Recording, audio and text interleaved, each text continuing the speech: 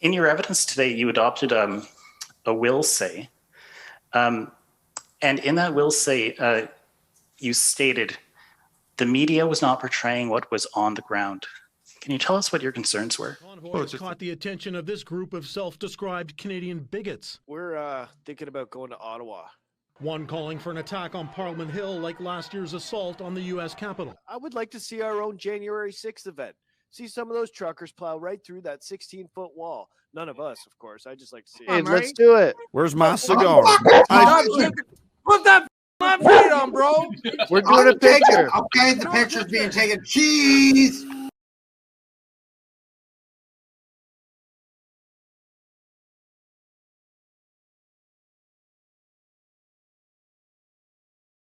Jeez. There we got it. If they publish anything about this, they're anti-Canadian. That's what they should be called. Okay. They don't care about Canada or any of its values. No, we're going to be painted as bigots. Tell us what your concerns were. Well, it's just the things that were happening, and this protest group were incredibly well organized, in my opinion. And the narrative about what was happening in Ottawa was being controlled, or was one-sided. And sorry, go ahead. No, and that's the basis for that comment, because there was a lot of good things happening. There's things that were going on within the protest group. We heard about the bouncy castles and the prayer meetings in the mornings, but we didn't hear publicly about threats to people inside the perimeter who wanted to leave and they didn't want them to leave. We didn't hear about that publicly. Things of that nature. It's just but one small example of the narrative that was out there about, this is a family event. Bring your kids. There's a bouncy castle. We can have fun. Yet there were people within that red zone that wanted to leave and felt threatened and couldn't leave. And you didn't think that was being accurately conveyed by the media? It was not being conveyed at all, in my opinion. What about something like what Patrick Morris testified to, that the protesters were being portrayed as extremists, and he found that to be problematic? Did you find that to be problematic as well? I do. Sometimes hear about liberal bias in the media these days, how they're constantly letting our government off the hook for no good reason. We know extremist hate is on the rise in Canada. A new report that really is a warning about rising online activity by right-wing extremists in Canada. How big is this problem of far-right extremism in Canada? Yes, I do think that there is an connection with people who aren't wearing a mask or who aren't following public health guidance and the extreme right. And the idea that folks in the extreme right don't care about people around them. Hi, I'm Fox San Antonio's Jessica Headley. And I'm Ryan Wolf. Our greatest responsibility is to serve our Treasure Valley communities, the El Paso, Las Cruces communities, Eastern Iowa communities, Mid-Michigan communities. We are extremely proud of the quality, balanced journalism that CBS 4 News produces. But we are concerned about trouble and trend of irresponsible, one-sided news stories plaguing our country. The sharing of biased and false news has become all too common on social media. More alarming, some media outlets publish these same fake stories without checking facts first. The sharing of biased and False news has become all too common on social media. More alarming, some media outlets publish these same fake stories without checking facts first. Unfortunately, some members of the media use their platforms to push their own personal bias and agenda to control exactly what people think. And this is extremely dangerous to our democracy. New border rules around vaccinations for truckers is fueling a protest movement that's growing by the day.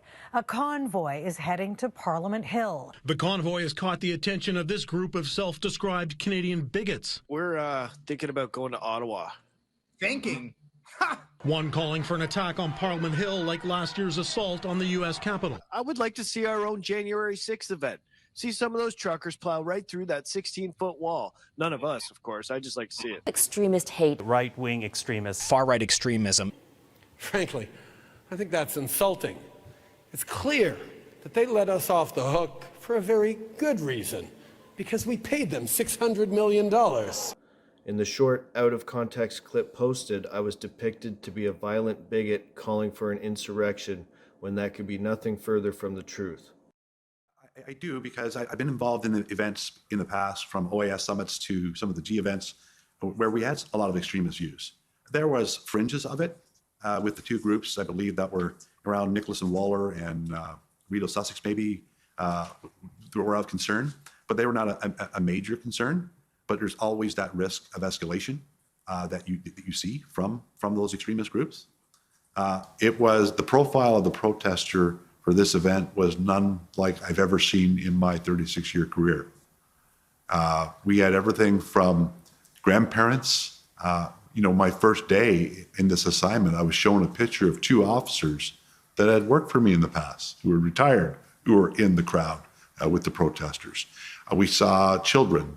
We saw a lot of crestfallen police officers in the crowd, military, nurses. So it wasn't your normal group of people that you're dealing with. So I guess that's the point. Was there still concerns from our perspective on extremism? Absolutely, but we relied on and trusted the intelligence as it came in on that regard. Thank you very much, sir. Those are my questions. Wanting to go outside and continue to live my life as best I could. And when I did, oftentimes I was harassed for wearing a mask, harassed for wearing a mask, harassed for wearing a mask, or I was told to smile more, told to smile more, told to smile more under my mask. It looks like a 5.56 millimeter caliber carbine rifle with 30 round magazine capacity. Where's this picture taken from? Do you know when? It's taken February during the protests between the 18th and 20th. Okay, what is your question? Which officer? Just having a look at the person on the far left, identifying that it appears to be that they are carrying a 5.56 millimeter caliber carbine rifle with 30 round magazine. It is definitely a rifle, and I would say yes. Okay, next to him is a person in green carrying a 40 millimeter multi-launcher. That appears to be it. The person in blue is carrying a wooden dowel-styled baton.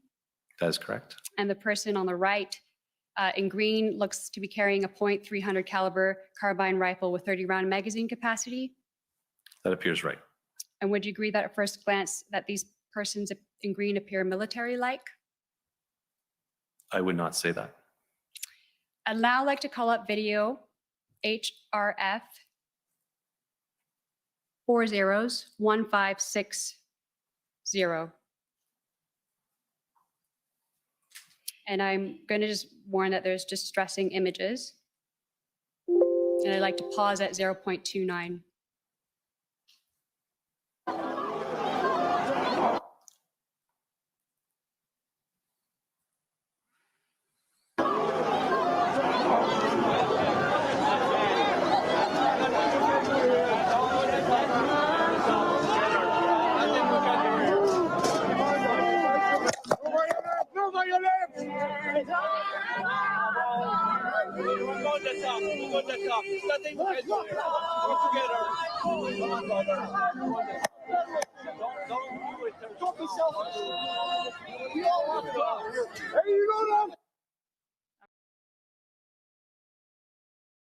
And this public order operation, so far as you're aware, was able to proceed in Ottawa without death or serious bodily injury to any of the participants? There was bodily injury to participants from I saw some people, excuse me, there was some injuries to people. I understand the SAU became engaged in some injuries, so there was injuries to participants I'm aware of. And that's just me seeing the media. Those weren't things that were reported to me through a chain of command or anything like that. Sure, but you're not aware of any death or serious bodily injuries? No, I'm not aware of any death. I have to say that I saw serious bodily injury. I have to say that I saw serious bodily injury. I saw serious bodily injury because if you look at the definition and mandate of the Special Investigations Unit of Ontario, they only become involved when there's serious bodily injury. So because they were engaged in one incident, I'd have to say that serious bodily injury within that definition occurred in that situation. All right. The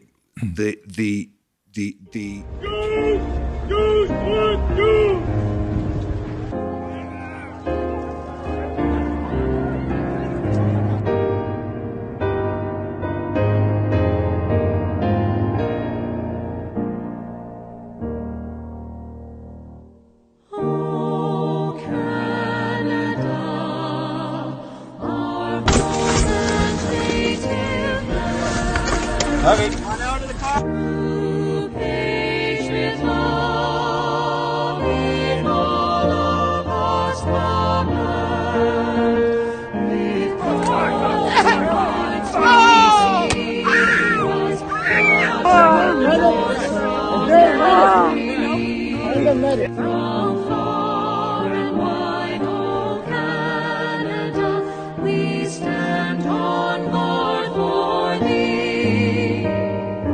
God keep our land glorious and free. O Canada, we stand on guard for thee. O Canada, we stand on guard for thee.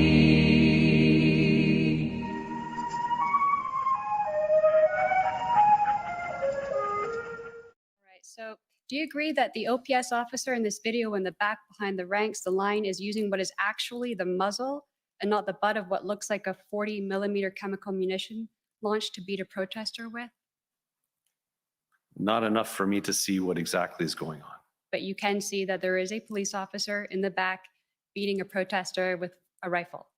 There is not enough for me to see what is actually happening behind We continue bodies. playing the video, please. Move back! Please. You're about to play him proud of his Dude, you guys are beating him. What the fuck? I have to say that I saw serious bodily injury because if you look at the definition and mandate of the Special Investigations Unit of Ontario, they only become involved when there's serious bodily injury. The objective of that February 17th action plan was to systematically clear and take down the protests, right? Correct. I put it to you that the mission of the February 17th action plan was to ensure the removal of the protesters in the area of the blockades in relation to the Freedom Convoy 2022. This will be achieved by securing, isolating, and evacuating persons within the designated blockade zones to ensure the safe detention and arrests of any participants taken into custody, ensure public and police safety. You agree that there is no reference to the Charter of Rights and Freedoms in the February 17th action plan? The mission has it. That's normally where it's contained, but what you read there, no. Thank you. Those are all my questions, and thank you for your 36 years of service. Thank you. Do you recall communicating with Kelly Cochran on February 18, 2022?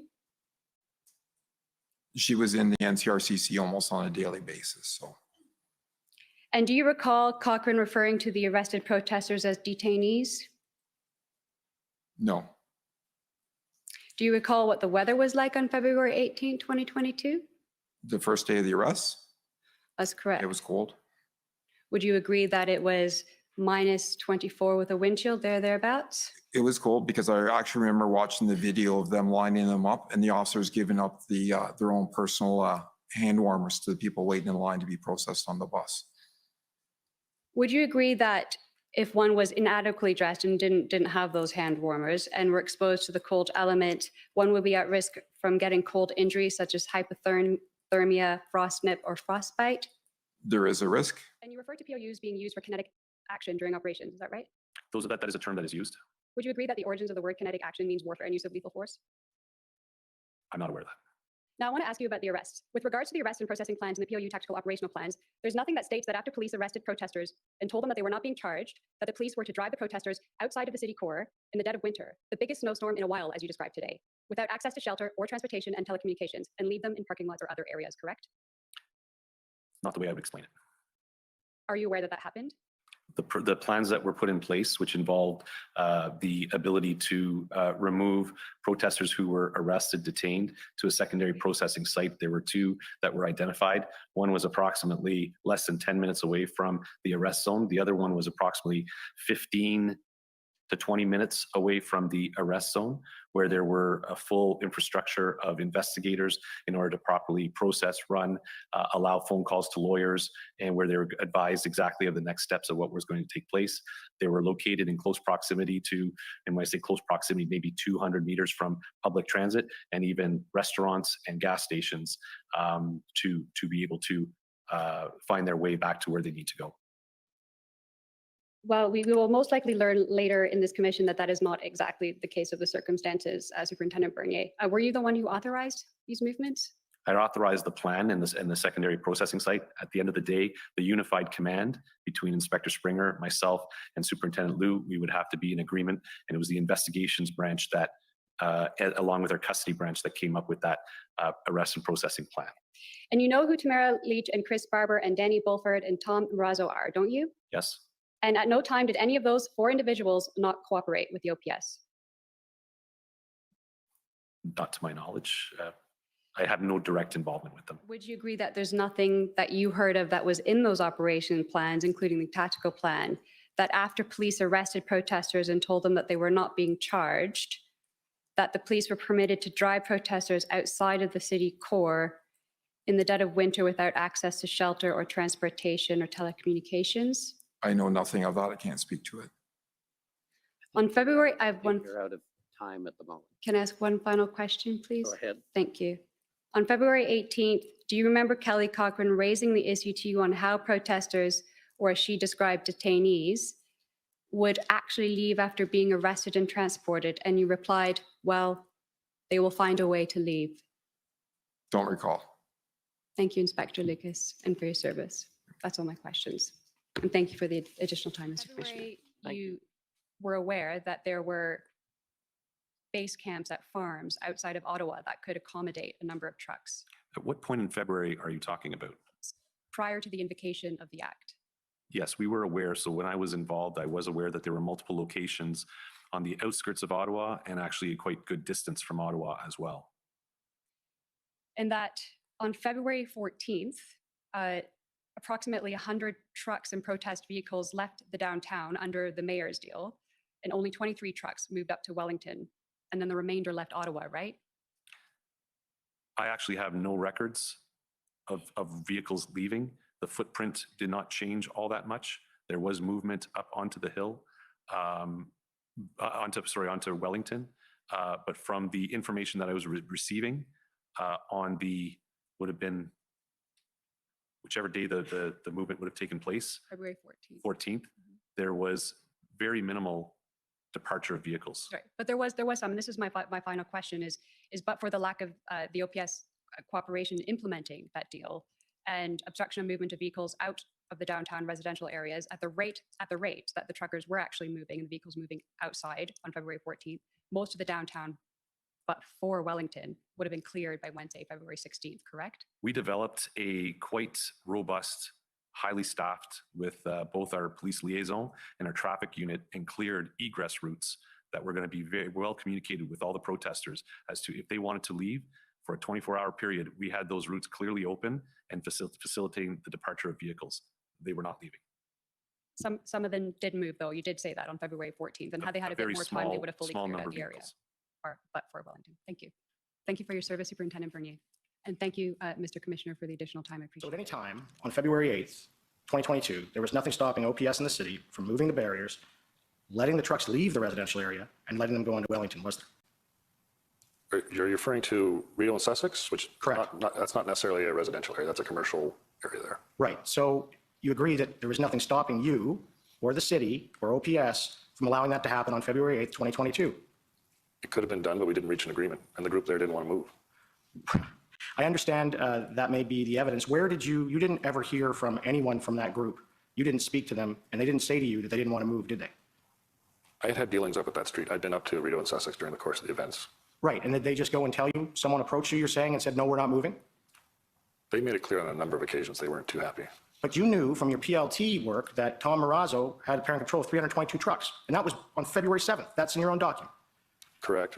And so if you move the barriers and the deal went through, as discussed on February 8th, right, it could have been done. I think there were some issues about whether they were leaving or moving, and I had spoke to Superintendent Patterson earlier, and we didn't have approval to do that. Approval? To move west. Okay, and whose approval did you need? The event commander, Superintendent Patterson. Superintendent Patterson. So you're saying that Superintendent Patterson didn't permit the February 8th, 2022 deal? So around 1738, I have notes about that when I talked to John Ferguson, that I had talked earlier to Mark Patterson, and we didn't, and the chief was involved, and we didn't have approval to move west at that point. And we didn't have approval to move west at that point. We didn't have approval to move west at that point. Okay, and you said you didn't have approval. Whose approval again? Was it Patterson? The event commander. The event commander. So you're saying that Patterson's approval was required in order to move the barriers? Correct. At 13:05, the event commander, Superintendent Bernier, says, deal was, I think that may be bartered.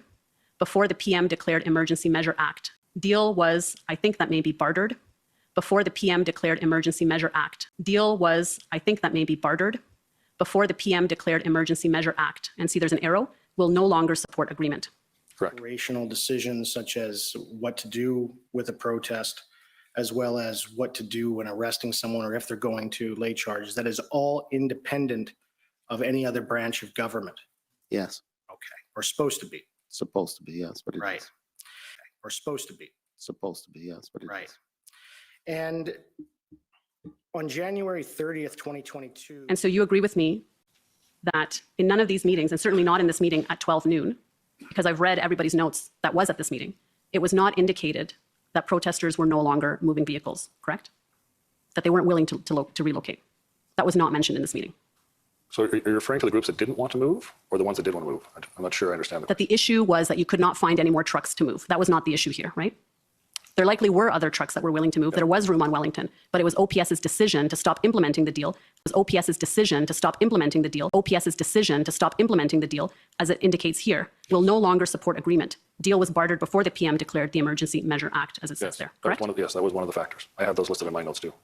Okay, thank you. Those are my questions. So the first paragraph, after the briefing ended, Chief Slowly met with Interim Chief Bell, Acting Deputy Chief Ferguson, and OPS Chief Administrative Officer Blair Dunker at 9:15 a.m. During this meeting, Chief Slowly told the attendees that the integrated planning team had come to judge OPS to take control or command of the situation, and that they would base decisions on whether to send RCMP and OPP resources on whether the OPS had plans. Chief Slowly expressed the view that OPP and RCMP were not there to help and were taking directions from their political masters. Does that accord with your recollection of what happened that morning? Yes, it does. We'll go to an exchange on the same day of February 5th. You send Commissioner Lucky a kind of update on essentially what the OPP has done. And if we can go down, she replies, "Thanks, Tom, very helpful.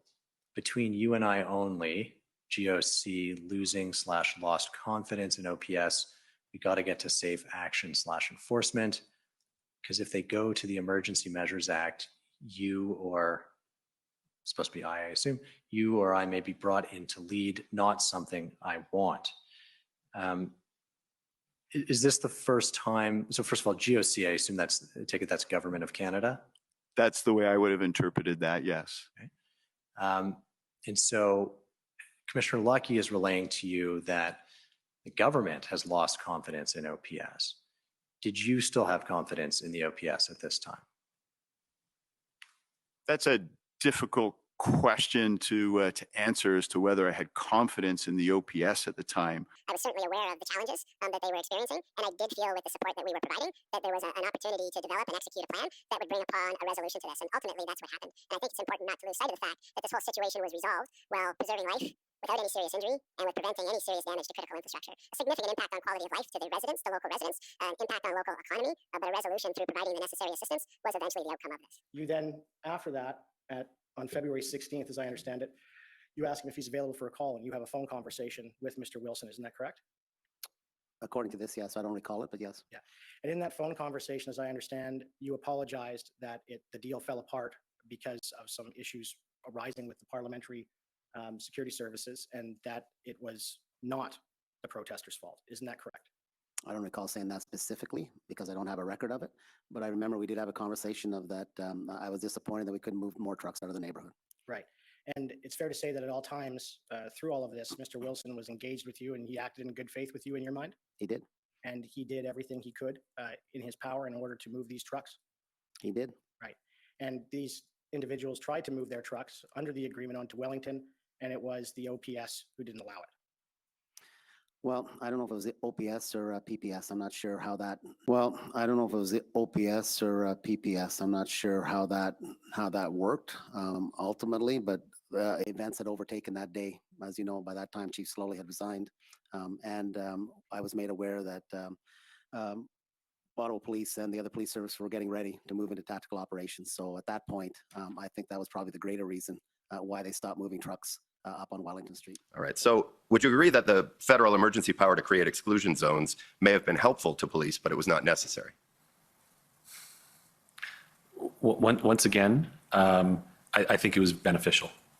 Beneficial, but not necessary. Correct. See any evidence in the intelligence of espionage or in support of espionage? Is that correct? That's correct. Sabotage or anything in support of sabotage? That's correct. Foreign influenced activities within or relating to Canada that involved the threat to any person? I saw media accounts, yes. I saw no information collected or intelligence produced in that regard, no. To support that, no. Activities within or relating to Canada directed toward or in support of the threat of a use of acts of serious violence against persons for the purpose of achieving a political, religious, or ideological objective within Canada or a foreign state. I'm aware of no intelligence that was produced that would support concern in that regard. Activities within or relating to Canada directed toward or in support of the threat of use of acts of serious violence against property for the purpose of achieving a political, religious, or ideological objective within Canada or a foreign state. Did we have any credible intelligence that that would occur? No. I would say the lack of violent crime was shocking. Even in the arrests and charges, considering the whole thing in totality, I think there were 10 charges for violent crime, 6 of which were against police officers. The Emergencies Act made us more confident in the approach we were taking and enabled us to, get past the issues of whether it was the seizing of assets. I think that was helpful in terms of setting a tone for some of the people who may be deterred by that. And the tow trucks specifically was the piece that I remember being very helpful. And, the red zone, we were moving in there regardless, but the Emergencies Act was helpful. That's the requirement to swear in officers from other jurisdiction, which saved a bit of time. And 2, it helped to procure the services of heavy rig tow truck operators. Is that fair characterization of your testimony? Of my testimony, yes. I do believe, though, the seizing of assets was also helpful. Can you expand on that? So the threat of seizing assets of right. bank accounts and rigs and things like that. Okay. Useful, but not necessary. Yeah, useful, but not necessary. I saw no information collected or intelligence produced in that regard, no. To support that, no. I would say the lack of violent crime was shocking. Yeah, useful, but not necessary. There's a total of 5 violent offenses charged between January 28th, 2022 and February 13th, 2022. Is that right? So I'm not sure how you're classifying violent charges, and we'd have to go through them again to identify. So anything dealing with an assault or threatening to cause bodily harm or to kill someone. There's 5 charges in relation to that. I'll take your word for it. We'd have to go through the list again. Okay. So you'd agree with me that that's not unprecedented violence, is it?